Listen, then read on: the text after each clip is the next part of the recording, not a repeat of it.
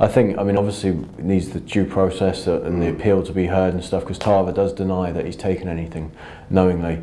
I think you're right though. I mean, if you've got a front man for your business, your organisation, you obviously want them to be squeaky clean, so to speak, don't you? So yeah, that would be interesting. Now, I don't know if you were particularly surprised, but obviously Larry tested positive last week. Or the news came that he tested positive last week, and he has said that it's a big issue in British boxing as well as overseas.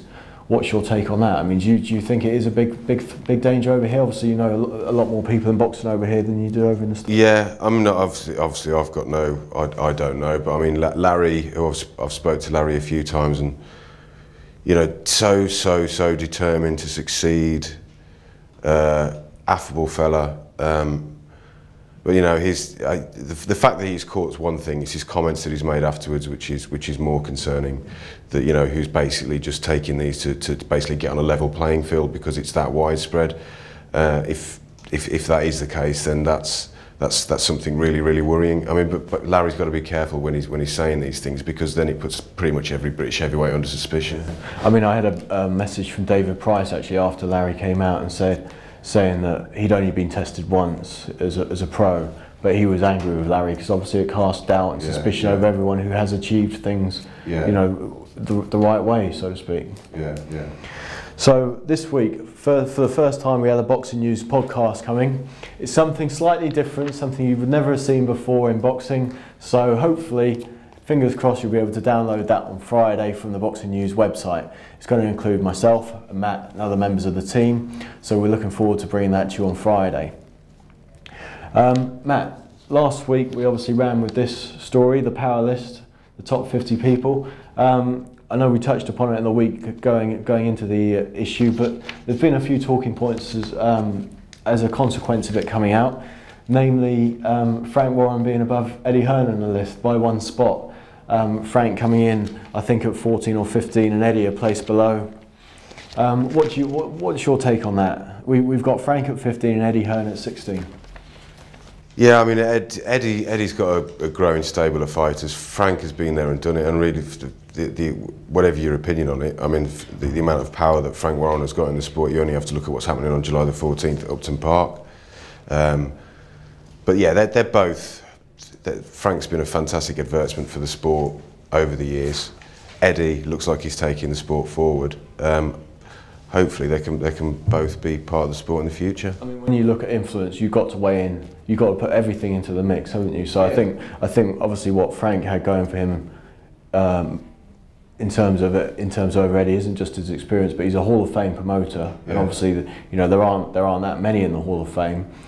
And he's got Box Nation. I mean, he's obviously a significant shareholder in Box Nation, and he's got his column in the Sun, which, you know, on a Saturday is the most read paper in the UK, and that all adds up to serious influence, doesn't it? Now, Matt, I know you hold the big men in the sport very close to your heart. You know, you've got all kind of weird, kooky obsessions with big heavyweights, namely Bert Cooper, who, there we go, I've done it. I've got his name mentioned in one of these things now. So I know that you've always had an interest in the heavyweights. I mean, what do you make of the division now? Last week, you know, we had Jack Obermeyer ringside at Thomas Edemek and Eddie Chambers. It was a good match on paper. Jack was bored stiff out there. You know, so what do you make of the division and those guys? I mean, can they make a serious run at either Klitschko brother, or are they just the best of the followers? It's easy to get depressed with the heavyweight division. It's not a great level. It's not a great standard. But I think that it never really has been, apart from maybe one or two golden eras. The very top is generally strong, like the top one or two is always very strong. But then below it, you've just got this. Generally, you've just got a mix of styles, of abilities, personalities, drug habits. Yeah, it's not great at the moment. But the thing is, the Klitschkos I do rate the Klitschkos as strong champions. I think Great Britain at the moment has got a fantastic set of fighters coming through at heavyweight. David Price, Tyson Fury, if he chooses to fight somebody who can test him. Hay and Chisora, if they were fighting under different circumstances, I'd be bang up for that fight. there's a lot of talent in Britain at the heavyweight division. Yeah. Okay.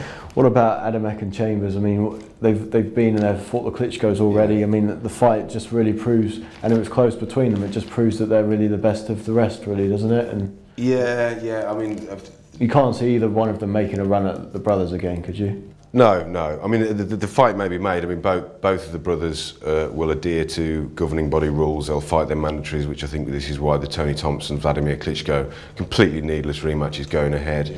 And this is the situation now with the heavyweight division, in that the brothers are being forced to go back over old foes and probably, you know, beat them up again. And nobody really wants to see Klitschko Chambers 2. Nobody wants to see Vitali Adamek 2.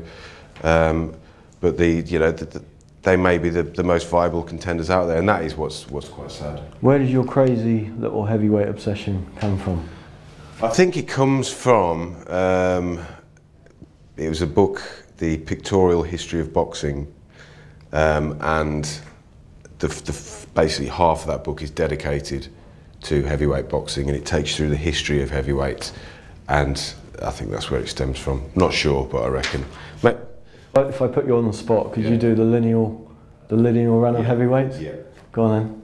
Okay, so if we're starting off from 1892, the John L. Sullivan, James J. Corbett match, we go from James J. Corbett to Bob Fitzsimmons, to James J. Jeffries, to, he retired, Marvin Hart, Tommy Burns, Jack Johnson, Jess Willard, Jack Dempsey, Gene Tunney.